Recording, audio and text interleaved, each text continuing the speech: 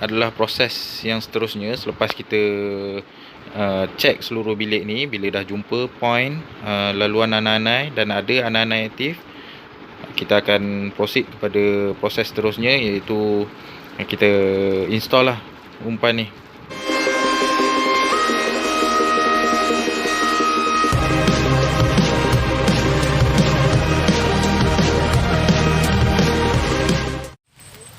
Hai, Assalamualaikum.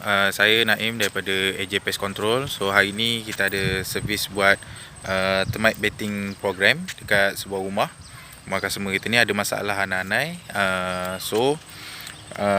Daripada segi masalah dia, daripada segi jenis anai-anai dia, bila kita tengok, kita boleh buat rawatan secara pengumpanan. Okey, sekejap lagi saya akan tunjukkan macam mana proses kerja rawatan anai-anai ni menggunakan kaedah pengumpanan, iaitu termite baiting program. Sekarang kita dah ada dalam bilik dekat rumah customer yang ada masalah anai-anai. Boleh nampak dekat bahagian atas ceiling tu, dekat atas pada frame pintu ada mud tube. Itulah laluan anai-anai. Laluan anai masih aktif. Lepas tu ada satu lagi dekat bawah ni. Ini bilik air. Ni frame pintu. So ni ada mud tube dia. Boleh tengok. So ni kita akan repair balik lah. Pemeriksaan di setiap bucu dinding untuk cari laluan anai-anai yang masih aktif.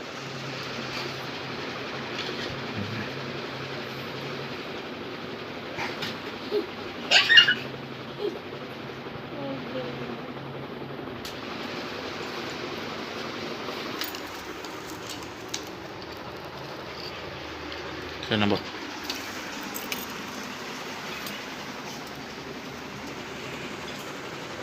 Boleh kata tahap kerosakan dalam bilik ni teruk jugalah. Dah ada perabot yang perlu dibuang disebabkan masalah anai-anai ni. Okey, ini kesan perabot yang dah dimakan, mengalami kerosakan disebabkan anai-anai. Ini adalah katil. Katil ni nampak. Kita boleh tengok kesan dia. Kesan yang dah dimakan oleh anai-anai. So yang ni nanti dia tuan rumah akan bawa keluar lah ni. Tak boleh simpan dah ni sebab dah tak boleh pakai, dah reput. Yang ni pula adalah kesan kerosakan bahagian dalam almari yang dah dimakan anai-anai. Kita boleh tengok.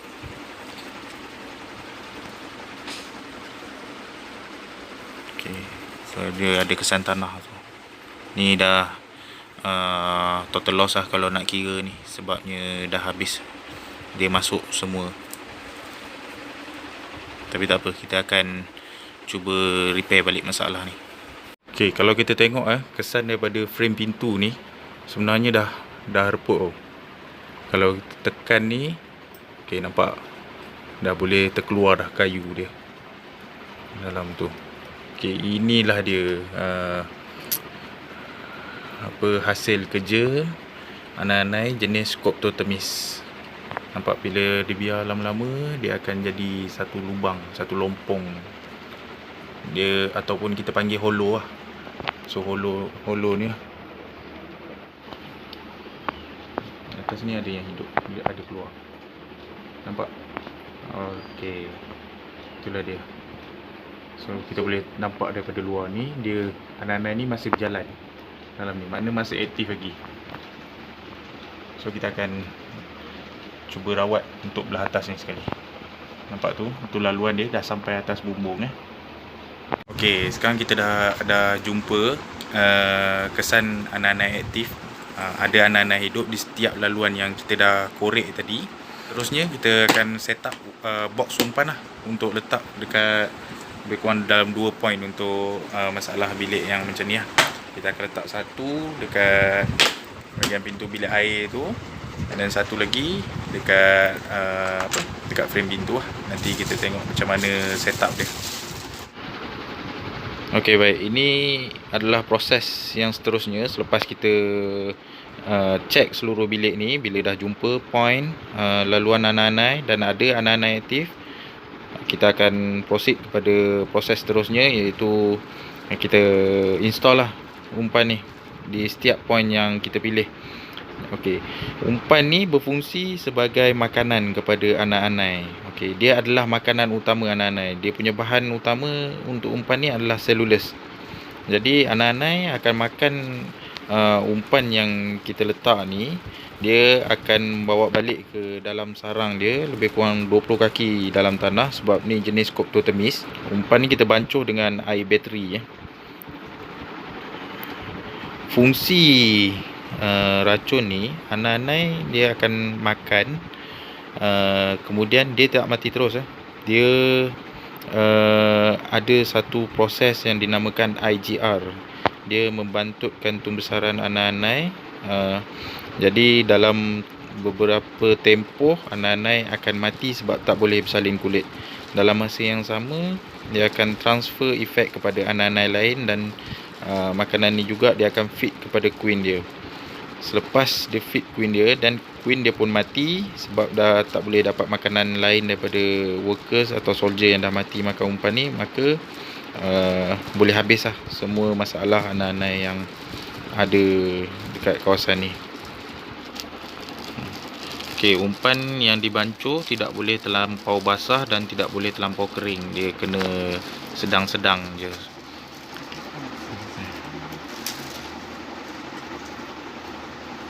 Dia boleh kata macam tepung lah, dough kita buat. Okey, ini adalah kedudukan casing yang kita install.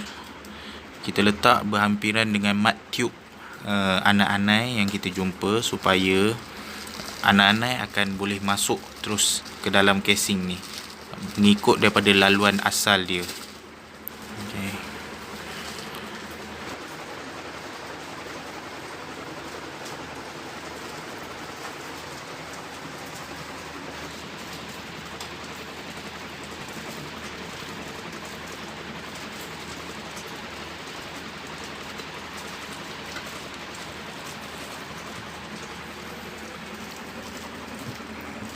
Kita boleh nampak kedudukannya, umpan anak-anak yang kita letak dalam casing.